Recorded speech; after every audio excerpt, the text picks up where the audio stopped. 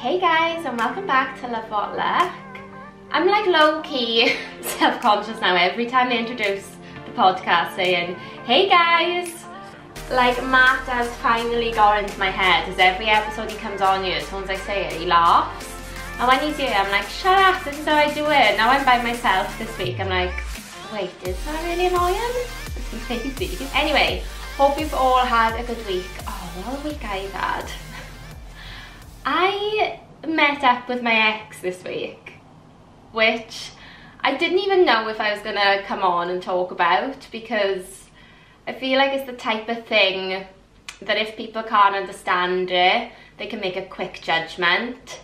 So I really didn't plan on talking about it, but then I'm like, I come on you, it's just me, and you know what it's like when it's just me. I like to just vent freely in the microphone.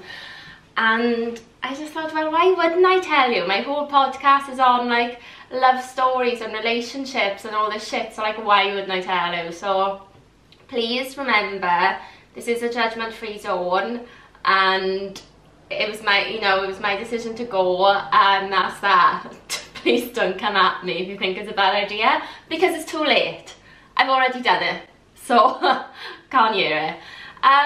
So I'm just going to backtrack a little bit, obviously. When I was on holiday in Italy, I had a missed call from my ex. So it's not even like my ex or the one before him, it's the one before him. So we broke up like 5 years ago, I think. But like, out of all my exes ringing me, I'm still like not surprised as him, do you get me? Like I kind of would never expect a phone call off my other two exes. So whilst it's weird that it was like so long ago, it's also like, of course it would be him, because he was kind of like my last proper serious one, I would say. Anyway, I didn't answer because it was like a middle of the night drunk call. He was really embarrassed, but we texted next day, Rev, and we had a catch up, which was like quite nice.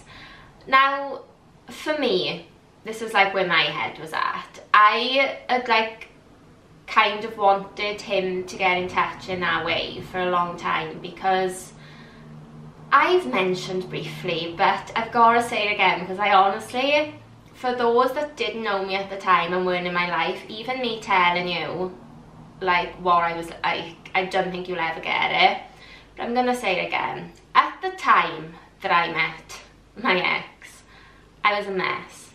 I was a mess. I had not long moved to London, and I was very excited. I did not want a boyfriend. Like, I loved the single life. I was going out 4 times a week, living my best life. Like, I moved up with my bestie from school. We were living together. We were just having like the time of our lives. I was barely working. Like, I was just living my best life. That's the only words I could say. But obviously at some point, I think I had, I don't know if it was like a burnout or a bit of like, what am I doing with my life?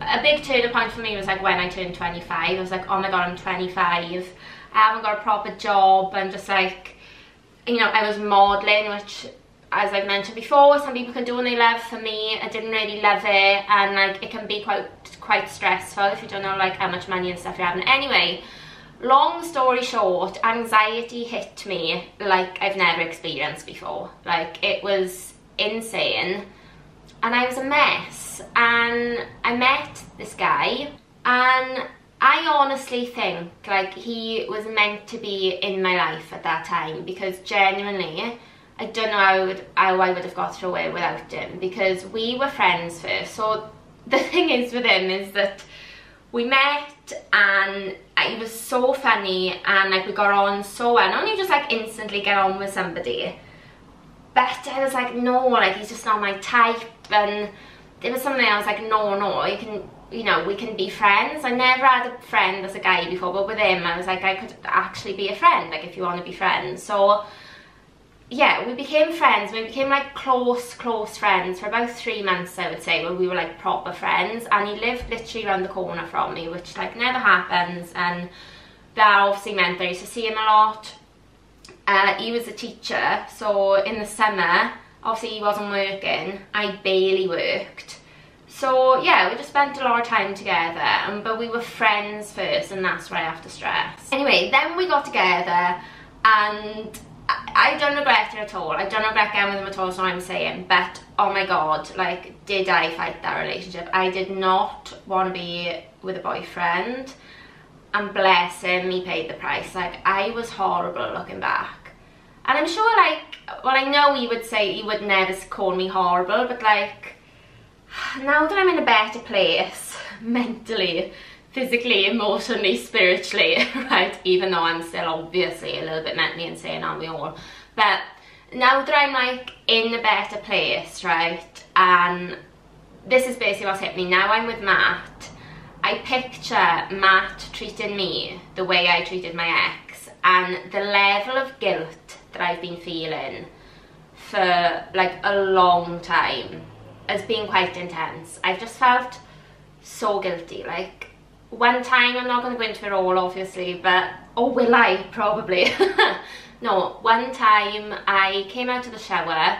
He lived around the corner from me, literally 3-minute walk. But I came out of the shower and I was say I was going over there by 7, and it was like 7:45 or something. So he rings me and he's like, oh, is everything alright? You still coming over? And I was like, you know, I can't be bothered to come over, I'm really sorry. Firstly, it was a 3-minute walk. It was a 3-minute walk. All I had to do was get dressed. But as I said, at the time, I was in such a state, like, doing anything like that was like a hard work to me. I was like, I can't be bothered, and do you know what? If I can't be bothered to come over, I don't think we should be together. And I would break up with him like that. Like, that's one of the times I broke up with him. And then, like, you know, 3 days later, or even the next day, I'd be in a different mood, and I would be like, hey, sorry, you know, let's be normal again. And we did that. Like, we were together for about a year, and then for the 2nd year, we were pretty much like in that pattern. I would break up with him, then I would like turn up crying, and then we'd get back together. And it was like that for such a long time. And then like 3 years ago, we ended up having like another go at it. But every single time it was messy.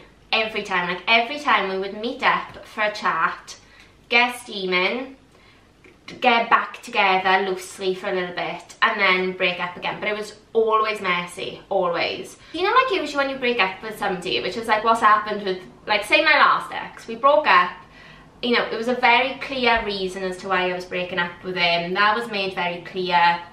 He kind of saw it coming, you know, because the relationship was changing before the breakup. And then like 7 months passed, so I didn't even know how long, 6, 7 months passed, and we met up again, and we had a proper talk, like, no, this is it, sorry, wish you well. That is like an ideal breakup, yeah, that's like, that's what happens. But I never had that with this guy, like, far from it. So I feel like this is a long story. I've kind of been feeling for a while, oh, I would love to just get in touch with him now that, like, I'm in a better place, and just like actually have a normal conversation with him, and just like explain why I didn't think we were, you know, right together, and just basically just say sorry for how I treated him. But being in a better place, I never contacted him, because that's like growth, you know. I thought, no, I'm not going to contact him, because that would be like my old tricks, you know, if he's moving on, be better. So I never did it. And then when I had this phone call, and then like we chatted a bit, I was like, this is my green flag to just basically spit out and say, like, I'm sorry. So we did that, and I said I'm sorry and stuff. Then he asked me if I wanted to go for coffee after work. Like, he doesn't even drink anymore. Like, it's like, couldn't be more different to like how we used to meet up. So obviously I spoke to Matt about it, like, just saying I would never ever have gone if Matt was like, I don't think you should go, like, never. Obviously I spoke to him first, and he was like, what would you say if I wanted to start going out with my exes? I was like, yeah, a bit weird, not sure if we should be doing that. But I was like, all I will say is that we were friends first, and we never had like a proper breakup like most people have. I was like, that's all I can say. And he was like, look, if you feel like you need to go, or you want to go, whatever, I'm fine with it. So that's what we did. On Tuesday I went and I met up with him, and I mean, it was weird at first. Like, I haven't seen him for such a long time, but we just chatted for ages. I got everything off my chest. I was, you know, just told him I was really sorry, and he was like, sorry for what? And I was like, I was so unstable. But yeah, it felt good, you know. It just, honestly, from a selfish point of view, he's like, I never thought I'd see you again. And I said, I didn't think we would, but I was like, I was always hoping that we would, just so I could like get this off my chest, you know. And I kind of like know that he's okay and that I'm okay, and I hope now that we've seen each other again in like a proper like grown-up setting, I hope that, and I think, like I actually think this is what's going to happen, I think that he is going to be able to like move on now, because he said that he'd found it hard to like get with somebody else or let anybody in seriously since me.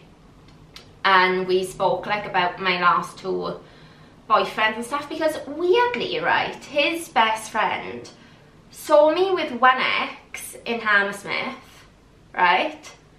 And then like a year or 2 years later, however long later, I'm walking down the street in Wandsworth with my last ex, and he saw me again. I was like, this friend is going to think I'm a hoe for show, and he's going to be like, oh my god, Sadie's had like 2 new boyfriends. And then I was like, and he said like, oh, but this boyfriend like is the one, and I said, yeah, you know, he's the one. So I think like now that he like knows that he's dating somebody as well, and he's been dating her for 3 months, kind of think and feel like that'll be it. It was such a weird feeling, you know. And then right at the end, we like hugged, and he was like, okay, where do we go from here? And I was like, I don't know. I said, I don't think we can be friends, do you? And he was like, I don't think so. I was like, but we can be friendly now at least, you know? We can be friendly if ever we bump into each other or anything. Because he actually said that he saw me and Matt walking hand in hand in Bond Street like months ago. So I'd like to think if something like that happened now, or you know, it was the other way around, if we saw each other, we'd be able to like say hi, because we've only bumped into each other once when we were out after the breakup, and it was like an actual disaster. I was with an ex-boyfriend who wouldn't let me talk to him. Oh my god, it was it was bad. And then I was texting my ex saying like, I'm sorry if that has happened, but I can't come up and speak to you because, you know, my boyfriend doesn't want to. And then my boyfriend at the time was like, why are you texting him to say sorry? Oh my lord, it was messy. So I'd like to think that now moving forward we can be amicable. And yeah, life, you know, that's what like he said, and like I said, I was like, life is wild. But you know what, I always believe in the universe, as I say, and the universe just knows what it needs to do. And I honestly think that the universe brought us together at the time to get through it with each other. Like, this is the story, like how I met him. I've said this story before, but for people that don't remember or haven't heard of it, let me just tell you again. I basically met him on the tube. He was sat opposite me on the tube, and we kind of chatted a little bit, but nothing else came of it. And then 4 days later, I was in Leicester Square on Halloween at like 2 AM, and we literally like walked into each other. And then it was like, oh my god, you have to give me a number now, because, you know, this is fate. And then he lived 3 minutes around the corner from me. So I honestly just feel like the universe just put us together. Like, we had to be together in each other's lives at that time, as bad as it was. Like, we, you know, he really helped me at the time, so I'm always grateful for that. And then I think the universe has brought us back now to like close the chapter. Like, it's finally done.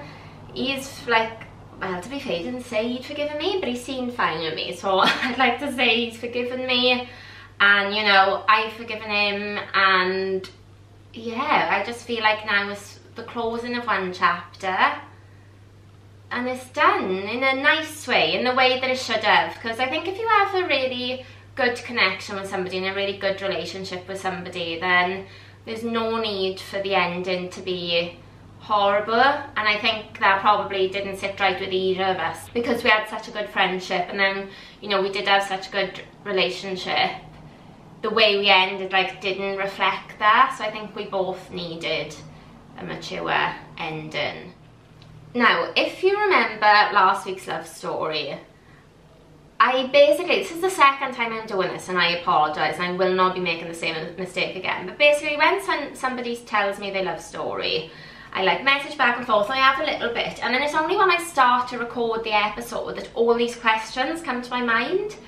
So that's what happened the last like 2 weeks, when I've had the questions as I'm recording, and then they've messaged me and I've had to carry it on to the next week. So I apologise for that and it won't happen again, but I have to fill you in on the answers that I got to last week's episode. So if anybody hasn't listened to it, last week I told the story about a guy that met a girl and it wasn't the right timing because they could only see each other once a week because of work commitments and they live in arrangements. So they go their separate ways, they're upset, but they go their separate ways. He kind of stalks her on Facebook a little bit, she's got a boyfriend, she seems happy. He moves on with his life, has 3 kids with this girl, and then she cheats on him with a painter that they had in to paint the house. They break up, they're devastated, and then like a few weeks, or I don't know how long later, he's working away 100 miles away in this town, and he bumps into the girl that he saw all those years ago, who was also recently single because her boyfriend had just cheated on her and they got together. Okay, so it was a wild story and I've got some follow-ups for you guys. So I wanted to know if she knew the painter. He said, "Hiya, my baby's mother didn't know the painter. He was painting the communal area of our apartment whilst I was working away. And he was helping her carry the youngest baby upstairs to the top floor, being a creep carrying her shopping up for her. He asked for her number and said the front door needed to be open to paint the external door frame." Oh, I bet he did. I bet he said that. Honestly. One thing led to another. He also knew that she was engaged. Absolutely no shame. Soon as I found out, he fobbed her off because he was scared about losing his job. Can I just say, for her, oh, that is a kick in the teeth, isn't it? You have an affair, you lose your partner, and you lose the guy you had an affair with. That is not a fun time for her, but such is life when you act that way. So yeah, that was basically my biggest question. I felt like I had to tell you guys. But he said that like with the other girl, as soon as she got cheated on and broke up with her boyfriend, she wanted to speak to this guy, like all those years later, and get his advice. And I think that's really telling, isn't it? Like she obviously thought of him. I think life gets like that. Like whenever you're down about something, or if something really big and exciting happens, kind of always want to call a certain person first to tell them. So I think like if you clock who that person is, then they're usually somebody like special in your life. And I also asked him, did he ever think of like the girl that he's with now when he was in that new relationship? And he said, "I did think about her even when I was in a new relationship," which sounds awful. I mean, yeah, that's low-key triggering for us all, I'm sure. "I often felt she was the one who got away, and living so far apart, I knew we would never just bump into each other. Every so often I stalked her Facebook and saw nice pictures of her and her boyfriend. She seemed so happy, so I never reached out. However, upon reconnecting, she said she often looked at my Facebook as well and thought I looked so happy, so never reached out." Do you know, stories like this are so nice, right? But they're so nice because they're together and they can say that. But isn't it crazy how they were both had these feelings, they were both in completely other relationships, but because, oh, they don't want to intrude on the other person, or, you know, they're probably worried about getting a rejection, or they don't want to upset the person that they're with, like obviously all valid reasons, but because of that, they never went after each other when they both blatantly wanted and should have been together. And like, thank God, and as I say, like the universe and, you know, what's meant for you won't pass you by, and they are together now. But it is crazy when you think that people are like living their lives, even like me, like with my ex, thinking all this time, oh my God, I really want to say sorry to him, but not reaching out. And then, you know, when he reached out and when we did meet up, it went really well, and now we both feel so much better for it. Do you get me? So sometimes it's good to just get stuff off your chest and like not care so much what the other person might think, because sometimes it is better to just get the weight off you. Like that film is one of my favourite films. It is called, or one of my favourite films, but I can't remember the name. It's called Everybody Loves Rosie, with Lily Collins in, and I just love it. They friends, like high school friends, like kind of brother and sister, like all the way through school, and then they get drunk and kiss on her 18th, but she can't remember it, so he assumes she doesn't like him, and then then she obviously thinks he never likes her, and like their lives go completely separate because neither of them say what they're really feeling, or they're with other people and like all this stuff, until like eventually they come back together at the end. Which, to be fair, sometimes it just happens and you get together at the right time, but like sometimes it's just nice for things to happen earlier. Like my brother-in-law always says that about him and my sister. He's like, if she was honest with me at the time, like they met 10 years before they got together, he was like, we could have had so much longer together. And then my sister's always like, yeah, but you know, it obviously wasn't meant to work out that way for whatever reason, which I completely agree with. But it is funny, like these little decisions you make can just make huge turns in your life. They can take you down a completely different road. Like deciding to message somebody back or not message back. It's just wild, isn't it? I just love it, guys. You know, you just never know what's coming in store for you. Okay, so I'm gonna end with a little love story that I got sent. Okay, she said, hi, I saw you post love stories on your TikTok and podcast, thought you might be interested in hearing mine and my partner's, as it's pretty unusual. Drake played a concert in my hometown around 10 years ago. I wasn't a big fan of his at the time, but my friends were going, so I got a ticket. A few days after the concert, I searched Twitter for anyone's posts or videos because I'd become a big fan at this point. The power of Drake. I had found this guy's profile from where he had posted a video from that night. I liked the video he had posted and we went back and forth liking each other's tweets for a few months. He added me on Facebook but nothing came of it. He lived 30 minutes away from me and I didn't drive at the time. I was around 19 then, and I also think I would have chickened out. A few months after he added me on Facebook, I had a random dream about him. I know this sounds crazy, but the dream was so vivid and I just remember feeling so safe. I woke up and thought, what the hell, and messaged him on Facebook to tell him about the dream I had. Anyway, we spent 3 years on and off texting. The conversation would die out, but we'd always go back to each other. Eventually, in 2015, we met up and have been together since. We bought our first home together last year, brought our baby girl into the world last year, and got engaged on our 7th anniversary this year. P.S. I love your account. How lush is that? Such a cute little story. Do you know what it reminds me? I'm sure I've said the story before, but I went out before, right, and saw this guy that I like really fancied there, and then like wrote a tweet to say like I was there, and then was like looking through the hashtags of the club, like Twitter days. It like shows old. Like obviously now you just go on Instagram, but I don't even think Instagram was properly about then. And yeah, like looking to see if he was there, and I just was like thinking, oh my god, he's gonna probably find my tweet anyway and add me. No, never happened. But I'm glad that that worked for somebody. Not that that's what she was trying to do by searching Twitter, but how funny. And 3 years back and forth talking online as well. Like, I think that's a show of the time. Like, if it was now, you'd have like full Instagram, you'd probably see them on a dating app, you'd know much more about them. But that's like a proper strange, I find, in it, from the internet. Like somebody literally random that you've just seen on Twitter. Super cute and I loved it, so thank you for sharing.